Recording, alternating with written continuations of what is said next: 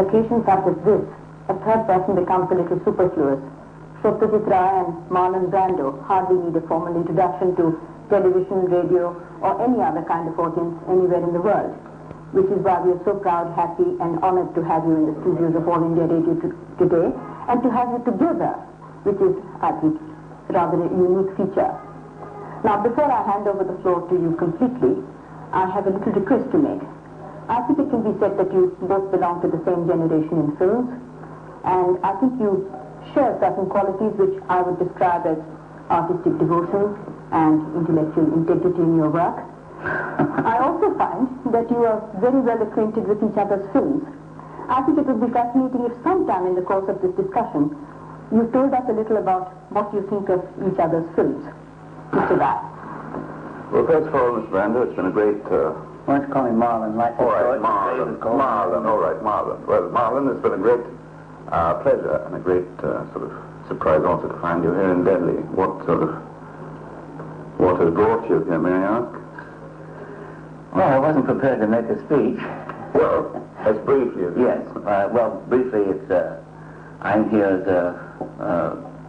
sort of on a survey on behalf of the United Nations UNICEF program, which is interested in seeing what artists will make themselves available for a show that we're going to put on, hopefully in the United Nations General Assembly very soon on behalf of UNICEF, and we hope to get the very best artists from all over the world, as well as some of the children who have participated in the UNICEF programs in that they have received benefits from UNICEF, and also have the children participate in the program. And so far we've met with a great deal of success, and we look forward to a very prestigious occasion in which people from all parts of the social spectrum will be there, and it would be wonderful if this could go on yearly. And 500 million people, that's the population of India, will see this show. Oh, yes. That's not to say that everyone in India will see it, but it will be released here through television, I'm sure. But it will be broadcast via the Telstar and go through all the television networks. And it'll be absolutely a unique program. And there's never been one of its kind where you've had the very best entertainers, artists, dancers, singers, writers, etc. Together. Sounds very for the same purpose. Interesting, and I hope it comes. an important thing to do. Well, I'm sure something will come out of it. That means that you're not sort of making any films at the moment on your own. I mean, no. We have a second. The second part of my program is to see whether or not the various governments, I having traveled through Europe and Africa and the Middle East, and now India and Southeast Asia. I'm here to see whether there is not an interest on the part of the governments in the particular area to use artists for a means of communicating the things, government programs, such as food production and or health, but not in a documentary way, in a very entertaining way. Yes, I think it's always a better way. Yes, if people are... to think of the audience in the wider sense, particularly in India. Yeah. And if people are lectured to, they don't like to hear. They want to be entertained, and if they can be informed at the same time they're entertained, it's the best of both possible worlds. And this is going to keep you away from the States for quite some time now, I believe. Well, I have a long tour ahead of you. Yeah. Fairly long tour. I hope to go to South America with this. Mr. Wright will stop off and lie down for 10 minutes in Los Angeles and then take a breath and go on again. Just take a breath, not make a film? No, I work for a living, and I do that when I have to. Fine. What was the last film you made? It was the Chaplin one, wasn't it? No, it was a film with Elizabeth Taylor, and it was called Reflections in the Golden Eye. It was taken from a novel by... Is that John Huston's film? That's right. Oh, yes. How do you know? Well, I sort of know, They're not secret, are they? No, but as a matter of fact, I was... they are almost secret in many ways. I didn't want to argue with you when you were introducing this, but we do need introduction in the world over. See, we are known in urban areas. Everybody knows Satyajeet in Los Angeles, Chicago, New York. And I suppose there are some people who know me in New Delhi and Calcutta. But in Des Moines, Iowa, I don't know whether anyone would know him except through the magazines, the articles that have been written about him in American press, or would they know me in the village? But I'm always amazed at the number of people that are familiar with figures. In the know of things. Yes. Yes. And, well, you know, the world's become shorter, communication and all that, film magazines. Yeah. Well, I've been a great admirer of your work. I missed your first one. Was it The Men by yes, it was Zimmerman? The Men. And then you had Streetcar Named Desire, wasn't it? Was that the second one? Yeah, when I was a young man. Did all that many years ago. We, unfortunately, in America, more and more we're getting foreign films shown to us on television and in our theaters. The market is changing. The interests of the people are changing. It's amazing how a film such as yours, say 10 years ago, we've never thought of having an Indian film. You know, maybe a special one here and there. But when you make Panta Panjali and the world of Apu and Aparadito, the whole world of Indian film seemed to crack open. And then it shut down. They were enormous success. Everybody was really enthused about your film. They were really beautiful films and very touching. And it's, you know, it's a polite thing to say, but it's also something that I feel personally that I've looked forward to meeting you and been very interested to compare the artist with the man. And but sometimes they're not the same at all. Well, I won't ask you what the comparison has turned out to be. Well, it's congruent in this case. Oh, I see. Thank you again. But we don't see enough of your films, and when I get back, I'm certainly going to try to. I want to see your films in Calcutta. If you're going to be there for a couple of days. Yes, I think I can screen some for you. Some of the recent ones. What are the ones that you like the best? Well, there's one called Charulata, which is based on a Tagore short story. Charulata. Yeah, it's the name of the woman, the main part. Charlotte. Charlotta, that's what some Frenchman called Charulata. But that, I think, is quite a satisfactory film. And there's one about the present day. This is 19th century, you see. This is 19th century setting. The Renaissance Bengal, as we call it, when there was a great sort of political consciousness among the intellectuals. The first political newspapers coming out, etc. That period, you see. It's a love story, very Chekhovian, you see. And a few others. I'll try. Well, there's Mahanagar, the great city, which is about present-day Calcutta, middle class. Jobs, problems, etc. And there's a recent one, my most recent one is called Nayak, which means the hero, which is about a film star, top-ranking matinee idol. You take revenge? Not quite. It's a very sympathetic treatment. Director's revenge. That's an original story, essentially. And I've got the top-ranking Bengali actor playing in that. I'd like to see that. I like it. I'd like to see it. I was interested in this film that you said that you made that dealt with jobs and social conditions. I'm always surprised to find how much influence for change or investigation is brought about by films nowadays. People are becoming extremely conscious of films, and I think, you know, that we perhaps don't use our responsibilities correctly, and well, as you do. Well, it's not so fashionable in the West anymore to make social propaganda, you know, particularly. You know, you have, that's considered to be the domain of a certain propagandistically inclined countries, you see. At France, you rarely find anything which touches on social problems in quite that sense. Well, unfortunately, here in India... Well, it's required, I think, to a certain extent, up to a point.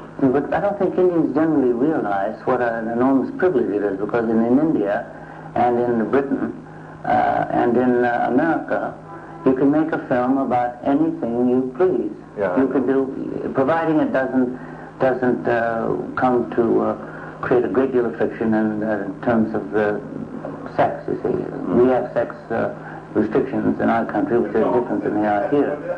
But as in Japan, is another place. But in France, for instance, you cannot make a film that will, a political film dealing with the army or the image of France. It will be censored. And so it's a rare privilege to, there are not many countries where this obtains. But you see, as a director, I would say that I don't like to seem like a prophet in my films. You see, I don't want to state a point of view with, you don't hammer it, you see, so it doesn't sound too propagandist. But I want to present certain problems in a clear way so that people are made to think, made conscious of them. Well, I think that's the essential difference. You know, to use the film as a source of stimulation. I might recommend a film. I don't know whether you saw it or not. Perhaps you did. It was a film that I saw in England. It was made for the BBC. Now, I'm going to contradict myself. This film was made by a young fellow by the name of Peter Watkins. Oh, this is War Game. The War Game. And the British television would not allow that film to be shown on television. And they commissioned it. And they commissioned it. Then they banned it. Yes, and it was, I wept when I saw that film. Usually, you know, we go to see a film and we'll sit there and we'll say, oh yes, well, now what's going to happen? And yes, that's funny. You know, we take that attitude. We're not involved in it. But that film really reduced me to tears.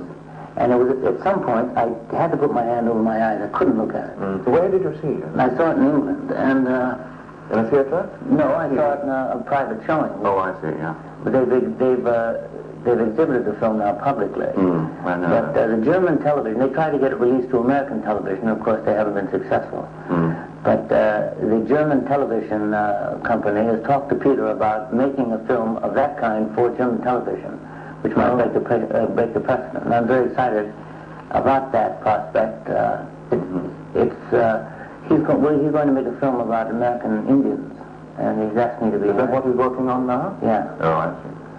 So it's an historical film. I think he's a very gifted person. Yes, I'm totally saying. No, I didn't get a chance to see it. But Kenneth Tynan, I remember his review of the film, and he said it's the greatest film ever made. Do you think that they'd be interested in seeing this film in India? And I was just going to tell you that it was acquired by us for India, the War Game. It was shown to our President and Prime Minister, who both referred to it in broadcasts they made on the All India Radio Network. And we have acquired the film. We have bought it, and we are going to show it on television. I think perhaps it has already been shown. And certainly our film societies are going to show it. But I'm quite sure of that. We have acquired it for India. I'm surprised. Oh, that's excellent. It's wonderful. Well, there you are. Quite sort of... That's excellent. It would be interesting if this film were also exhibited in movie theaters. And the commercial theaters. That's what's important, you see, to reach as wide a public as possible.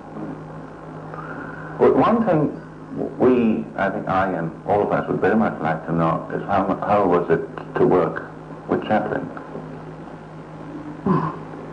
Mr. Chaplin is an artist. And he's a strange man, and he's unique in many ways. And it was a mixture of many things. Sometimes it was funny, sometimes it was tedious. Always it was under pressure because he worked all the time. He's a man of 76 years, and he is jumping up and down all the time. And actually, when you work with him, you just simply become a puppet. There was one scene where we were sitting at a table and someone was blowing smoke in my face. We're on this boat, and I'm looking at this person, but and this smoke is coming in my face, and I was waving the smoke away like this. And Charlie came running up to me and says, "Oh no! He says, "No, I don't like this 2-finger business." He said, "Use all 4 fingers." So I said, "No, right?" So I used 4 fingers. But he plays every single part in the film, and he'll act your part, and then he'll act your part, and decide what he's going to do, and then he'll jump back and play your part, and then he'll come over and answer his own interpretation, and it was interesting.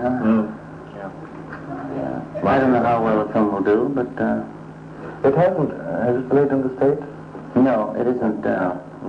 Hasn't played in the States. It got absolutely roasted. crucified the film. The English critics just went out after him with a hatchet. Of course, and Chaplin had it. And then in Paris, he got we got some very enthusiastic reviews. Some of them rave notices. But I don't know. Have you worked with any of the new younger American directors like Frankenheimer and... No. You haven't? You haven't worked with Kubrick? No, I was going to work with, I wanted to work with Stanley, and we were making up this film. One-Eyed Jack. One-Eyed Jack,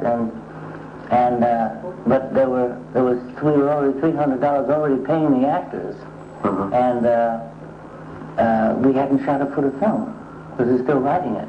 And the actors were just standing by. I was in Hollywood when Stanley was about to make One-Eyed Jack, and then of course you took over. No, well, Stanley said, I said, listen, Stanley, we've got to make a decision about this. He said, well, I can't make a decision, the picture isn't done. And I said, well, I can't afford you not making a decision. And he said, well, then I've got to go do something else because I can't go any faster than I'm going. So, well, did you enjoy directing? No, it's too tedious. It's, you can't play, act. Oh, yes, I can both the things. Yeah, I'm much more interested in directing now than I am acting. Oh, but not directing you, not yourself? Not directing myself. It's too hard. Probably, You lose your perspective. Didn't you ever act? No. You don't have to say it like that. No, I agree with you. No, it's better to be behind the camera. Again, it would be too tedious, you see. Well, I suppose one must ask you in which film you have enjoyed acting most. I think I enjoyed Mutiny on the Bounty because we got to go to Tahiti. And that's one of the benefits of being an actor. You're able to go to Japan and Europe. Would you enjoy being able to go to India? Yes, I enjoyed it. Would I or did I? What would you? Well, I am here enjoying myself and extremely stimulated. And I've read a good bit about India, and then it's very interesting to read about a place and then come to it to see if the things gel, and to meet people from India. But you know, everybody comes to New York, and they're going to be a 3-day wonder and say, "Oh yes, I've been to America," and it's not descriptive of America at all. By any means. Nor as if I were to go to Delhi or Bombay or Calcutta or Hyderabad, it would not be a clear indication of what it was. But if I were to go to the country and Lucknow or some of the historical. some of the smaller villages, and then I would. And I lived here. Well, if you're in Calcutta, I'll certainly take you to some of the villages around the city or in Bengal.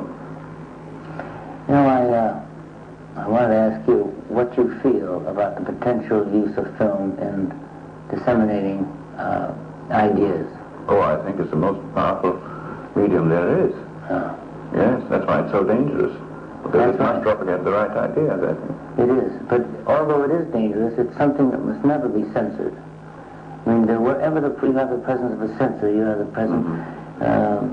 We saw a film today called Face to Face, and at the end of the film, it was a film about Indian opinion, but it was the opinion of the guy who drives the taxi, or the man who polishes shoes, or the students and farmers, and it was the broad face of India, face to face with one another, and it was very exciting. I think it's one of the best things that's been done here. And I agree with you.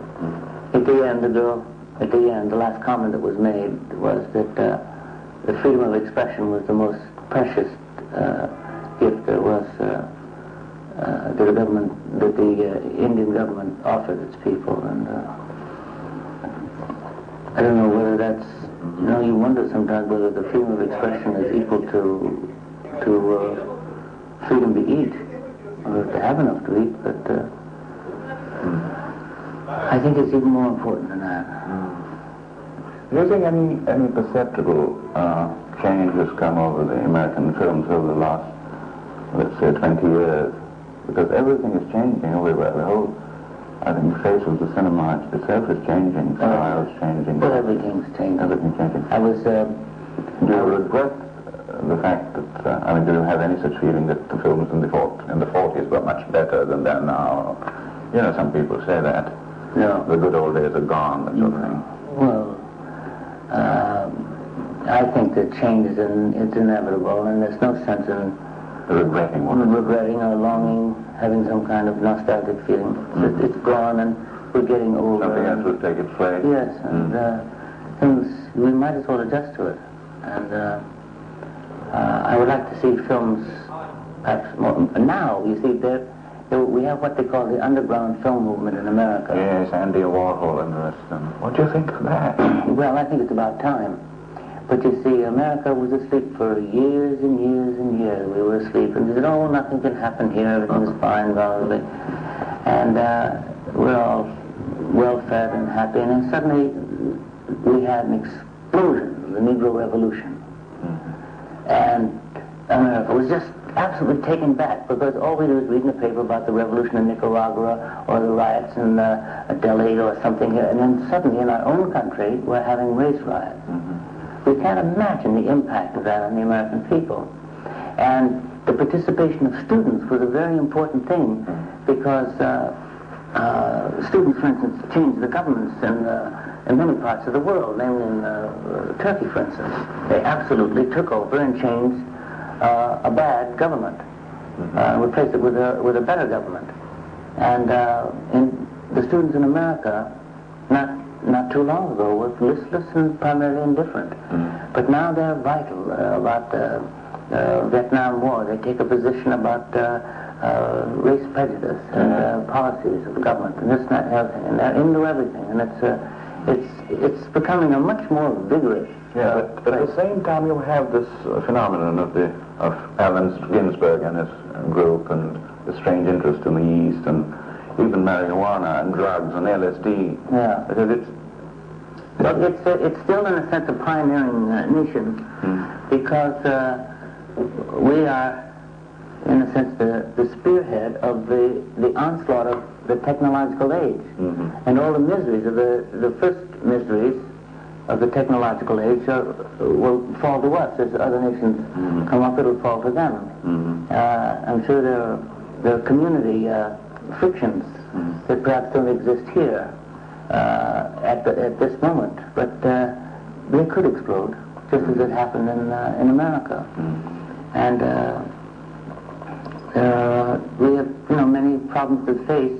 We always sort of, one tends to think of America as a forward nation or a developed nation, but actually we are backward in many respects, and we have much to learn from other countries. Certainly in the area of human relationships, we're trying to solve those problems, and we are bewildered by it. We're making progress, but it's... and you think the cinema is sort of behind you and so on? I think absolutely. Mr. Edward R. Murrow, who was the head of U.S. Information Service, came to us in Hollywood, and he invited everyone there, and he said that what you have and what you offer in this medium is of far more vital import than you will ever think. And the way you represent people in the film has to be given some thought to, because producers didn't care. They were dealing in stereotypes and Negroes who were educated and talented people were playing these menial parts. Or they wouldn't simply, they refused to play them because they said... infectious. Yes. Yeah, I remember that. So that's on the way out now. And you have that kind of... I saw a picture, it wasn't an Indian picture, but it was closely allied culturally. And in this picture, they had this picture of a beggar. A guy pretending to be a beggar. And to me it was shocking that the audience should have laughed at it in the first place, or no, that the man should have played that in the first place, and he was crippled and twisted, and it was shocking to me that a joke was made of that kind of No, thing. it's in very bad taste. I think it should go completely out of the whole thing. Maybe there's some remnants still left. But on the whole, the picture is optimistic. Do you both agree as far as the cinema is concerned for the future? I think it's vital. I think it's more and more, this machine, for instance, lost the election for Richard Nixon. I wanted for Kennedy. Yes, because when the camera, as you know very well, more than anybody else, comes in here, then you tell the actor, don't do anything, just be. Don't act, just think.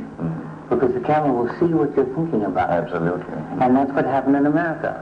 The camera came in this close to Nixon's face, and they could see that he was, the camera can see now.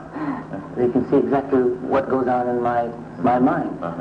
And they saw his trickiness and his, his lack of assurance and his apprehension, whereas Kennedy was forward and assured, and all the political savants say the same thing about... it's extraordinary medium. It is. And the peculiar thing is that politicians are now becoming actors, and actors are now becoming politicians. I mean, politicians always were actors, but they never admitted it. Now they have to put on their makeup and say, here I am, boy. Yeah. Well, as Satyajeet said, so the cinema can be dangerous, but on the whole it still remains a tremendous artistic form and a force for good. I hope you agree. Oh, certainly. When you're going to all come the and potential visit in the world, What were you going to say? What did you say? I said all the potential for the good in it. But also for the bad, I think, too. Well, it depends on how you use it. And that's why the filmmaker is so important. Remember that film that was made in Nazi Germany by this woman? Leni Riefenstahl. Yeah. Yeah, I know. Fantastically Olympic film. All for the sake of Nazism. When are you going to come and visit us? Well, I don't know. One of these days, perhaps. I hope you'll come and stay at my home. You'll be welcome there. Oh, thank you very much. We're delighted. I'm not saying it lightly. I really I have many friends in Hollywood, actually, and I'd like to look them up. So may we end on this note that you're a guest in our country and you've asked Satyajeet to be a guest in yours. We hope you'll come again here anyway. Thanks, and you'll always